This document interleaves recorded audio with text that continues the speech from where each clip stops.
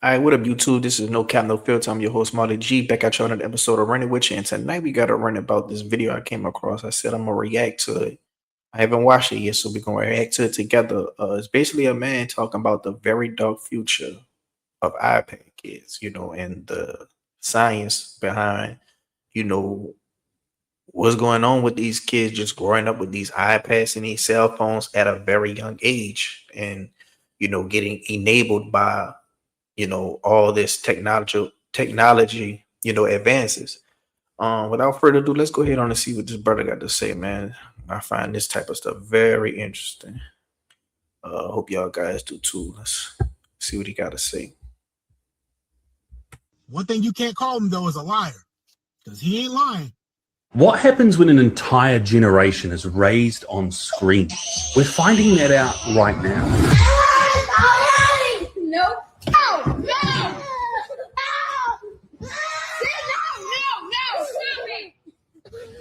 They're called iPad kids, and the future doesn't look good. Right across the Western world, more and more children are being pacified with tablets and phones. For parents, it's easy. Hand them a screen, the tantrums stop. But that short-term peace comes with a long-term cost you should be aware of. These kids are developing dependency. If you try and take that device away, they will melt down. And it's not just crankiness, it's withdrawal. This is an addiction. Even Steve Jobs, the man behind Apple, famously said that he had limited his kids' use of iPads. He knew the risks, and today we're seeing exactly why he was being so cautious. Multiple studies show that heavy screen time in children is linked to higher rates of anxiety, attention problems, and reduced emotional regulation. Kids glued to devices struggle more with patience, boredom, and basic coping skills. Their brains are getting wired for instant gratification. Dopamine hits from flashing colors and endless scrolling. Real life seems slow, dull, and even As a father of a child who loves to be on his phone a lot, loves to be on his video game a lot, loves to watch TV a lot, I wish that I took his phone and his game and all that stuff away from him and limited to him my damn self. Like, I do think this stuff could be a crutch for kids. I do think this stuff could be too much of an instant gratification for kids. I do think that, you know, it makes kids less social, not all kids, because some kids can, be able to handle the phone, handle the iPad, and also socialize with other kids just fine, but to a lot of kids, it make them very less.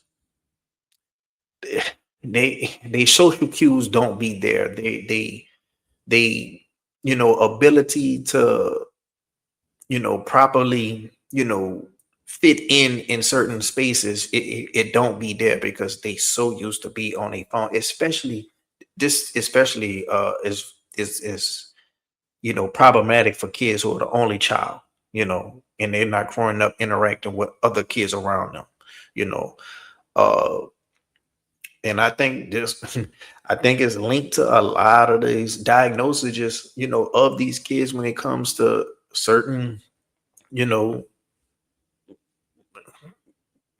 when they got to be on certain medication and they got to get diagnosed with certain treatments for certain things that they may, have a disorder in, But this isn't just the kids; it's the teenagers who got access to it, and even some adults. Like, I do believe in 20 years, bro, we're gonna see the ramifications of all this, and a lot of people are gonna be on antidepressants, and a lot of people are gonna have quote unquote anxiety through the roof. You know, let's continue. unbearable in comparison. But the damage does not stop there. These children are missing out on the building blocks of a real world experience. Running through the grass, climbing trees, discovering bugs, learning how to socialize face to face. Instead of learning how to handle conflict, make friends, or explore their surroundings, they're trapped in digital loops of cartoons, games, and apps designed to keep them hooked. These iPads are a drug for these children. And teachers have noticed the drastic change. Far shorter attention spans, more frustration in classrooms. These kids have so much screen time, their brains don't work. Like, Talk about the iPad stare. This is them 24/7. Less curiosity, less creativity. Kids who can swipe before they can speak, but can't sit still for more than 5 minutes. And the hard truth behind it all is many parents have become dependent too. The iPad has become the babysitter, a substitute for human engagement. And it's crazy because this new Toy Story that's coming out, the villain in this Toy Story is going to be the iPad, you know, and in each Toy Story, if you follow each Toy Story, it's always uh, a new villain or some type of competition to the old-fashioned toys that the kid played with. In the first one, the new toy was Buzz Lightyear. He was the new flashy thing, the new shiny flashy thing. In the second one, it was some other toys or something like that they were evil or something. But it always were a competition or some type of hurdle that the original toys had to overcome. And I think that can apply to like real life. Like you got to have some type of conflict that you got to go through and know how to navigate life. You got to be able to deal with bullies. You got to be able to learn how to ride a bike, fall down and pick yourself back up. You got to be able to learn how to conflicts and have solutions for them.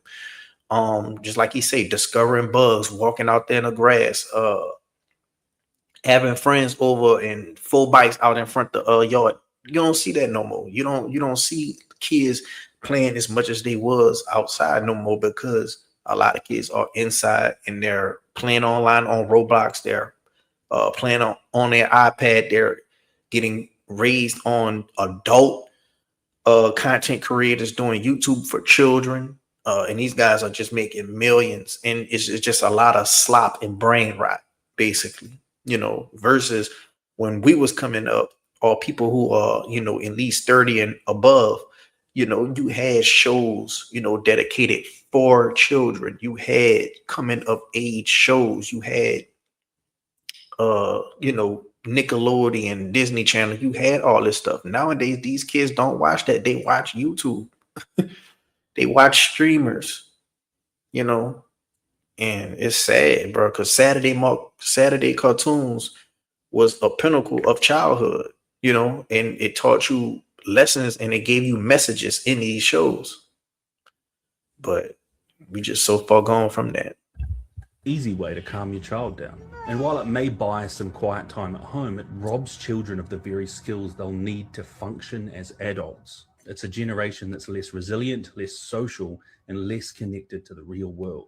A generation raised by algorithms instead of parents. And if nothing changes, we're looking at a future where the basics of patience, focus, and real-world interaction are rare skills, while digital dependency is the normal. Childhood is meant to be lived. The real question now is, are we going to wake up before it's far too late? This give me episode of Black Mirror vibes, and now I'm starting to feel like, man, maybe put my tinfoil hat on. Maybe it's all a conspiracy. Maybe this is all designed to be future slaves in a digital type of meta universe world. Like I like to go down a rabbit hole. Like I need to start doing more videos like that because I could talk about it. I just can't put together my words like I'm thinking about it in a good vocabulary form. But I think about stuff like this all the time, bro. And I always think like, man, it's a reason behind a lot of stuff. This ain't a coincidence, And maybe it is a coincidence and we just moving in the future. And if you fall behind, you're going to fall behind no matter what society you're going to grow up in. It's always going to be people who are going to get ahead, and it's always going to be the people who are going to fall behind. So I suggest parents limit your child's access to the phone, limit your child's access to the computers and the iPads and all this technology stuff. Get together and do puzzles with them. Get together and do physical games. Like have stuff set around where y'all can do stuff as a family, all one-on-one with your child if it's just you and your child. Because you can't get the moments back. And once a child is gone, it's gone. Once a child raised up, I think they say you become the person you're going to be around the age of 7 through 9 or something, but you got to attack this type of stuff early, bro. And like I say, man, they throw temper tremors when they don't get their way, and it's just doom scrolling. It's just doom swiping. I look at my son on my phone, and all he do is just look at YouTube shorts. And that's the thing. They came out with shorts now because their attention span is low. Just like the songs right now, the attention span is so long. When I was coming up, songs were 3 minutes, 30 seconds long, 4 minutes, 20 seconds long. You had 3 verses, you had 3 hooks. Now these songs don't even have a hook. It's just no hook, no verse. Just go out and rap for a minute, 30 seconds, 2 minutes, or 1 hook.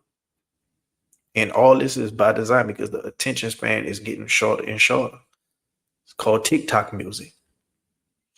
I want to know what y'all think down in the comment section below. Is it all set up by design? Is it a conspiracy theory? Are we thinking too much into it? And it's just the new way of the world.